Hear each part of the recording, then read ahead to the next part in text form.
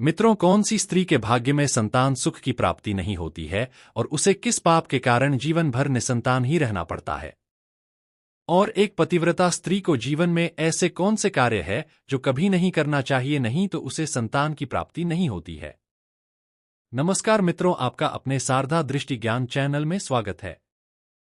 मित्रों, एक समय की बात है। भगवान विष्णु क्षीर सागर में बैठे थे। तभी माता लक्ष्मी भगवान विष्णु के पास आती है और भगवान विष्णु से कहती है, हे नाथ, मेरे मन में आज 3 प्रश्न उठ रहे हैं। प्रभु, आज मैं आपसे इन 3 प्रश्नों का उत्तर पूछने के लिए आई हो।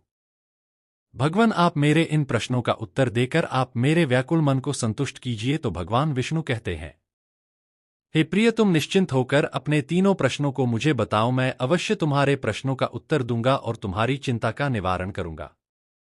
मित्रों, प्रश्नों को बताते हुए माता लक्ष्मी कहती है, हे प्रभु, मेरा पहला प्रश्न यह है कि वह कौन सी स्त्री है जिसके भाग्य में संतान सुख की प्राप्ति नहीं होती है और वह जीवन भर निसंतान ही रहती है। प्रभु, अब मेरा दूसरा प्रश्न है कि वह कौन सी स्त्री है जो समय से पहले ही विधवा हो जाती है और पति के बिना उसका जीवन अंधकारमय हो जाता है। और मेरा अंतिम प्रश्न है कि वह कौन सी स्त्री है जो अपने पति की इज्जत नहीं करती है और जीवन भर वह दुखी रहती है, उसे जीवन में कभी भी सुख की प्राप्ति नहीं होती है। माता लक्ष्मी के इन प्रश्नों को सुनने के बाद भगवान विष्णु मुस्कुराते हुए कहते हैं, हे देवी लक्ष्मी, मैं तुम्हें एक कथा सुनाता हूं। इस कथा को मन लगाकर पूरा सुनना, क्योंकि आधा अधूरा ज्ञान विष के समान होता है। माता लक्ष्मी कहती हैं, हे प्रभु, मैं आपको वचन देती हूं कि मैं पूरी कथा को ध्यान से सुनेंगे और इसका प्रसार भी करूंगी।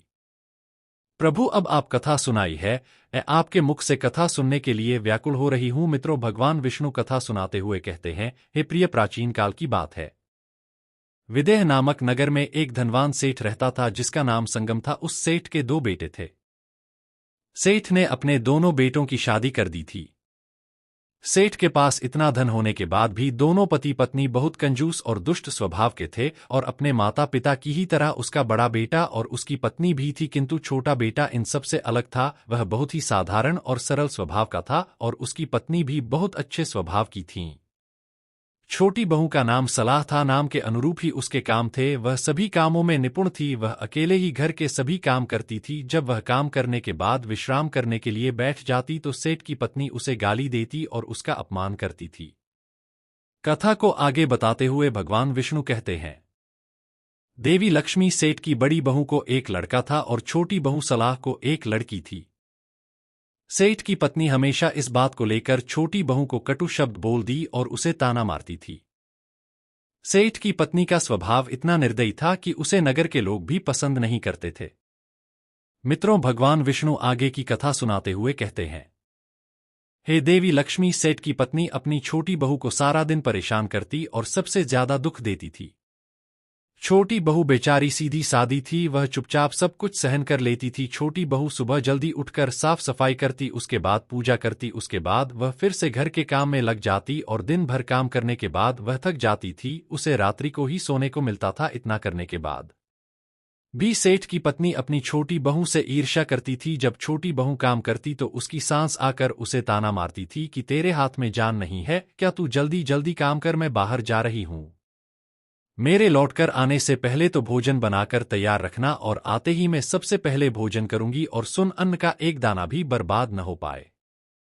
अगर अन्न का एक भी दाना बर्बाद हुआ तो तेरी खैर नहीं। बेचारी छोटी बहू चुपचाप अपनी सास का अत्याचार सहन करती थी और अपनी सास के सभी आदेशों का बड़ी ही विनम्रता से पालन करती थी। काम करने के बाद छोटी बहू खाना बनाने चली जाती है। वह खाना बनाते हुए सोचती है कि मैं घर का इतना काम करती हूं, फिर भी मेरी इस घर में कोई इज्जत नहीं करता है।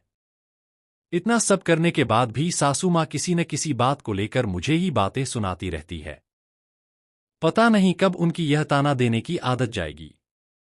छोटी बहू यह सब मन ही मन सोच रही थी कि तभी बाहर से घर का दरवाजा खटखटाने की आवाज सुनाई दी। छोटी बहू डर गई।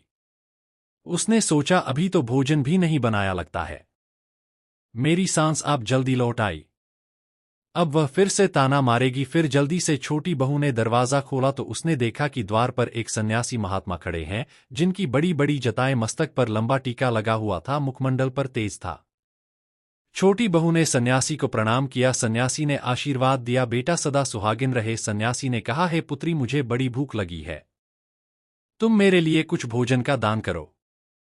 छोटी बहू ने मन ही मन में सोचा, अगर मैंने इन सन्यासी महात्मा को भोजन कराया और इतने में मेरी सांस आ गई तो मेरी खैर नहीं। कुछ देर तक विचार करने के बाद उसने सोचा, अगर सन्यासी को भोजन नहीं कराया तो यह अतिथि धर्म का अपमान होगा और अतिथि देवस्वरूप होते हैं। उसने दर को त्याग कर जल्दी से खाना बनाया और सन्यासी को घर के अंदर बुला लिया और छोटी बहू ने अतिथि धर्म का पालन करते हुए सन्यासी को भोजन कराए आने लगी। उतने में ही उसकी सास घर पर आ पहुंची और सन्यासी को घर के अंदर भोजन करते हुए देख क्रोधित हो गई और गुस्से से चिल्लाते हुए छोटी बहू से कहने लगी, यहाँ पर क्या किसी प्रकार का भंडारा या दावत नहीं चल रही है जो मार्ग चलते भिखारियों को घर में बिठाकर खिला रही हो। सलाह की सांस ने गुस्से में उस साधु महात्मा को धक्के मारकर अपने घर से बाहर निकाल दिया और उसका खाना उठाकर बाहर फेंक दिया। छोटी बहू सलाह ने अपनी सास से बड़ी विनती की, हाथ जोड़े कि वह शांत हो जाए, लेकिन सास ने छोटी बहू की एक भी बात नहीं सुनी और उसके बाद वह छोटी बहू को मारने पीटने लगी और जोर जोर से चिल्लाकर कहने, अरे दोस्त, मैंने कहा था कि अन्न का एक दाना भी बर्बाद नहीं होना चाहिए, लेकिन तूने क्या किया? उस राह चलते भिखारी को इतना सारा भोजन खिला दिया। सरला रोते हुए बोली, सासू माँ, मैंने सन्यासी को अपने हिस्से का भोजन दिया है। इतना सुनते ही सेठ की पत्नी छोटी बहू सलाह पर आग बबूला हो उठी और गुस्से में आकर छोटी बहू को धक्के मारकर घर से बेदखल कर दिया और घर का दरवाजा बंद कर दिया। छोटी बहू देर रात तक घर के द्वार के सामने खड़ी रही और बाहर से अपनी सास को आवाज देने लगी। सास ने एक नहीं सुनी और उसे घर के अंदर नहीं आने दिया। छोटी बहू मजबूर थी, उसका पति देवांतक भी घर पर नहीं था, वह किसी दूसरे राज्य में गया था। सलाह रात भर बाहर बैठी रोती रही। वह सुबह होते अकेले ही दुखी और उदास मन से अपने मायके के लिए निकल गई। उसके मायके जाने के रास्ते में बहुत बड़ा और घना जंगल पड़ता था। छोटी बहू भूखी प्यासी रहकर उस जंगल के रास्ते से चली जा रही थी। तभी उसी समय अचानक जोर जोर से बादल गरजने लगे और बरसात होने लगी। बारिश से बचने के लिए वह एक विशाल घने वट वृक्ष के नीचे जाकर खड़ी हो गई, परंतु वहां पर पानी की बूंदें टपक रही थी। फिर उसने बारिश से बचने के लिए आसपास देखा तो उसे वट वृक्ष के नीचे में एक गुफा दिखाई दी। फिर वह बिना देरी किए जल्दी से उस गुफा में चली गई। गुफा में जाने के बाद उसने देखा कि अंदर कोई सन्यासी महात्मा बैठे हैं, जिनके मुख पर सूर्य के समान तेज चमक रहा था। देखने से ऐसा प्रतीत हो रहा था मानो स्वयं भगवान विष्णु बैठे हैं। सन्यासी महात्मा के गले में मोटी सी रुद्राक्ष की माला शोभित हो रही थी। सन्यासी महात्मा ने आवाज सुनते ही आंखें खोली तो देखा सामने छोटी बहू को देखा, वह रो रही थी।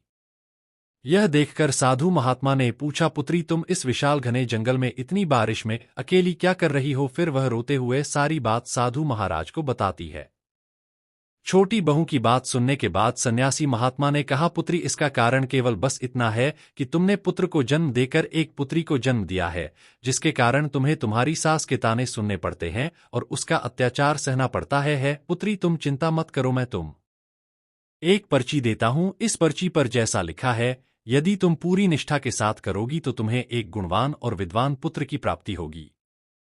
फिर छोटी बहू ने वह पर्ची ले लिया। उसके बाद वहां पर अचानक से एक दिव्य प्रकाश उत्पन्न हुआ और सन्यासी महात्मा वहां से गायब हो गए। यह दृश्य देखकर वह बहुत आश्चर्यचकित हो गई। अब वह बारिश रुकने का इंतजार करने लगी। थोड़ी देर बाद जब बारिश रुकी तो उसने देखा उसका पति देवर तक उसे ढूंढते हुए उसके पास आ चुका था। छोटी बहू ने अपने पति को सारी बात बता दी और फिर दोनों ने ही घर वापस न जाकर उसी जंगल में घर बनाकर रहने का निर्णय लिया। वे दोनों पति पत्नी वहीं पर सुखमय जीवन व्यतीत करने लगे। एक दिन छोटी बहू सलाह के मन में पुत्र प्राप्ति का ख्याल आया। उसने सन्यासी महात्मा के द्वारा दी गई पर्ची को खोलकर पढ़ा तो उसमें लिखा था कि जो स्त्री पुत्र प्राप्ति की कामना रखती है उसे रात्रि में अपने पति के बाईं ओर सोना चाहिए। ऐसा करने से कुछ समय बाद में बाईं करवट लेटने लाख का दाहिना स्वर और दाहिनी करवट लेने से लाख का बायां स्वर चालू हो जाता है। फिर जब पुत्र की इच्छा हो तो उस स्थिति में मिलन से पहले यह निश्चित कर लेना चाहिए कि पति का दायां स्वर चलने लगे और पत्नी का बायां स्वर चलने लगे और उसी समय पर पति पत्नी का मिलन होना चाहिए। ऐसा करने से निश्चित ही पुत्र की प्राप्ति होती है। इसके विपरीत नाक के स्वर चलने से पुत्री की प्राप्ति होती है। उस पर्ची में आगे लिखा हुआ था, स्त्री को मासिक धर्म शुरू होने के पश्चात 5वीं रात्रि में पति के साथ मिलन करने से स्त्री को पुत्री की प्राप्ति होती है तथा 6ठी रात्रि में मिलन करने से पुत्र रत्न की प्राप्ति होती है और 7वीं रात्रि में मिलन करने से पराक्रमी और बलशाली पुत्र की प्राप्ति होती है। 8वीं रात्रि में मिलन करने से एक सुंदर कन्या की प्राप्ति होती है तथा 9वीं रात्रि में मिलन करने से विद्वान पुत्र की प्राप्ति होती है।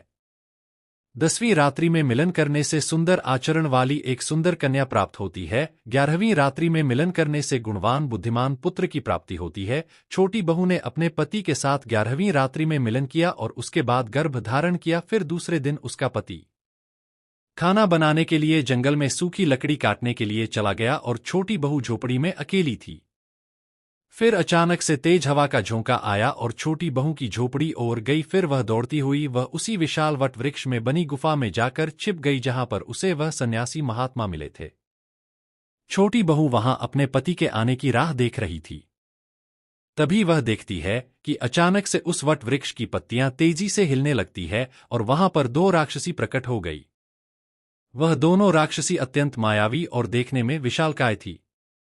फिर वह दोनों राक्षसी उस विशालकाय के पेड़ को उठाकर अपने साथ लेकर चली गई। जैसे ही वहां से पेड़ हटा उसने देखा वहां पर सोने चांदी के बहुत से आभूषण थे। जब यह दृश्य छोटी बहू ने देखा तो वह चौंक गई। वह पेड़ के नीचे बनी गुफा में छिपी यह सब देख रही थी। जब वह दोनों राक्षसी वहां से चली गई तो छोटी बहू ने अपने आंचल में बहुत सारे गहने और आभूषण भर लिए और उन्हें लेकर अपने पति देवांतक के साथ ससुराल को लौट आई और उसने अपनी सास को सारे सोने चांदी के आभूषण दे दिया और सारी हकीकत बता दी, जिसे सुनकर उसकी सास को बहुत गुस्सा आया और बोलने लग, अरे मूर्ख औरत, तू बस इतना ही सोना लेकर आई, इतने सोने चांदी के आभूषणों से क्या होगा, मैं होती तो सारा धन लेकर आती। इतना बोलने के बाद सेठ की पत्नी सोने के गहने और आभूषण लेने के लिए उसी स्थान पर जाने लगी। छोटी बहू ने अपनी सास को बहुत रोका किंतु वह नहीं मानी। वह जंगल में चली गई और उसी वृक्ष के नीचे बनी गुफा में जाकर छिप गई और राक्षसी की राह देखने लगी। तभी वहां पर दोनों राक्षसी दोबारा से अपना आभूषण लेने आती है तो इतने कम आभूषण को देखकर वह क्रोधित हो जाती है और वह आभूषण सोने चांदी के साथ गुफा को भी लेकर चली जाती है और गुफा को आभूषण के साथ उड़ाकर एक विराट पर्वत पर ले गई। यह देख सांस बहुत क्रोधित हो गई और बोलने लगी, यह कहाँ लेकर आई है, यहां तो बस पत्थर और मिट्टी है। तभी उन दोनों राक्षसी ने आवाज सुनी और देखा तो एक औरत गुफा में छिपकर बैठी है। उन दोनों राक्षसी ने सोचा कि इसी औरत ने मेरा धन चोरी किया है।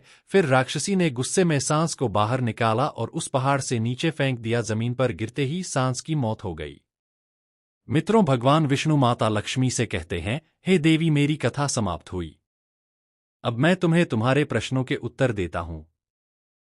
तुम्हारा पहला प्रश्न था, कौन सी स्त्री के भाग्य में पुत्र की प्राप्ति नहीं होती है और वह पूरा जीवन निसंतान रहती है? तो देवी सुनो, जो स्त्रियां मेरे द्वारा छोटी बहू को पर्ची में बताए गए उपाय का पालन करती है उन्हें पुत्र की प्राप्ति होती है और प्रत्येक स्त्री को अपने पति का आदर सम्मान करना चाहिए। हे देवी लक्ष्मी, तुम्हारा दूसरा प्रश्न था, वह कौन सी स्त्री है जो पति से पहले मृत्यु को प्राप्त हो जाती है? इसका उत्तर है, जो स्त्रियां लालच करती है और पति के होते हुए भी अपनी मांग में सिंदूर नहीं लगाती है और ना ही मंगलसूत्र पहनती है, जहां भी जाती है बिना सिंदूर और बिना मंगलसूत्र के जाती है और पराये मर्दों की ओर आकर्षित होती है, उनके साथ अवैध संबंध बनाती है, तो ऐसी स्त्रियां समय से पहले ही विधवा हो जाती है। इसीलिए एक शादीशुदा स्त्री को सदैव पतिव्रता जीवन जीना चाहिए और अपने पति के अलावा पराये मर्दों की तरफ को दृष्टि से नहीं देखना चाहिए। जो स्त्री अत्यधिक लालच करती है उस स्त्री की मृत्यु पति से पहले हो जाती है और जो स्त्री अपने व्यक्तित्व अर्थात चरित्र का गहना पहनती है उसे मृत्यु के पश्चात देवलोक में जगह मिलती है। एक पतिव्रता स्त्री को अपने चरित्र का त्याग कभी नहीं करना चाहिए। शास्त्रों में कहा गया है, स्त्री चाहे तो वह घर को स्वर्ग बना सकती है और वह चाहे तो घर को नर्क बना सकती है। मित्रों, इस प्रकार से भगवान श्री हरि विष्णु जी ने जो कथा माता लक्ष्मी जी को सुनाई थी, आशा करते हैं आप लोगों ने भी यह कथा पूरी सुनी होगी और इस कथा से बहुत कुछ सीखा होगा।